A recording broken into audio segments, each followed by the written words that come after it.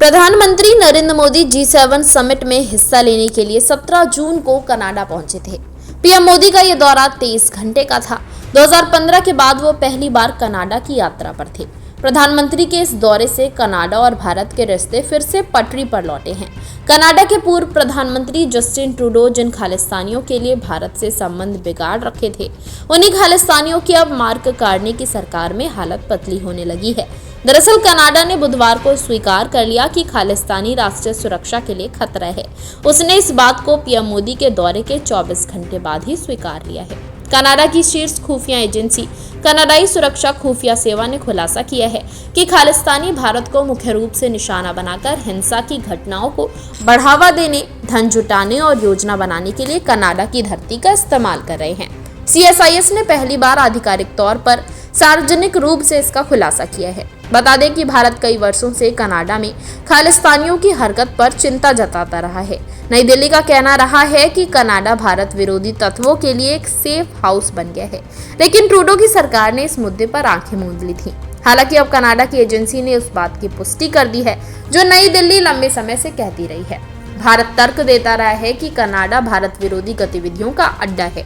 अलगाववादी खालिस्तान आंदोलन भारत की चिंता का विशेष केंद्र रहा है, जिसकी जड़ें 1985 में एयर इंडिया बम विस्फोट और उसके बाद भारत में हुई आतंकवादी गतिविधियों के बाद हैं। भारत की चिंताओं के बीच कनाडाई नागरिक हरदीप सिंह निज्जर की 2023 में हुई हत्या के लिए ट्रूडो भारत को घेरते रहे थे।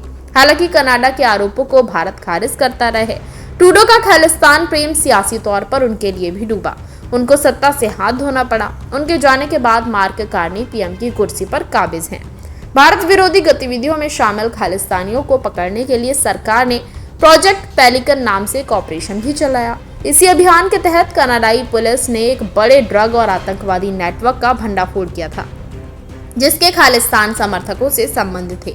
पुलिस के अनुसार ये समूह अमेरिका और कनाडा के बीच कमर्शियल ट्रंकिंग रूट का इस्तेमाल करता था। इसके संबंध मैक्सिकन ड्रग कंट्रोल और अमेरिकी डिस्ट्रीब्यूटर से थे। बताया गया कि ड्रग व्यापार से प्राप्त धन का इस्तेमाल भारत विरोधी गतिविधियों जैसे विरोध प्रदर्शन, जनमत संग्रह और हथियारों की खरीद के लिए किया जा रहा है।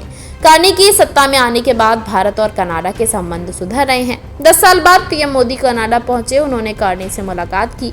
आधिकारिक बयानों के अनुसार दोनों नेताओं ने उच्चायुक्तों की नियुक्ति करने और लंबे समय से रुकी हुई व्यापार वार्ता को फिर से शुरू करने पर सहमति जताई। दोनों नेताओं ने तकनीक, डिजिटल संक्रमण, खाद्य सुरक्षा और महत्वपूर्ण खनिजों जैसे क्षेत्रों में सहयोग को और गहरा करने के अवसरों पर चर्चा की। मार्क कार्नी से पूछा गया था कि क्या उन्होंने मंगलवार को G7 शिखर सम्मेलन के दौरान प्रधानमंत्री मोदी से कनाडा की धरती पर निज्जर की हत्या के बारे में बात की थी।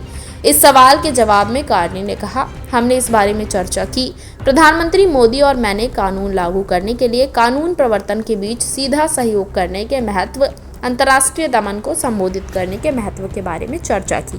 कार्नी ने कहा कि उन्हें खालिस्तान समर्थक सिख अलगाववादी हरदीप सिंह निज्जर की हत्या के मामले में सावधान रहने की जरूरत है, क्योंकि यह मामला न्यायालय में विचाराधीन है।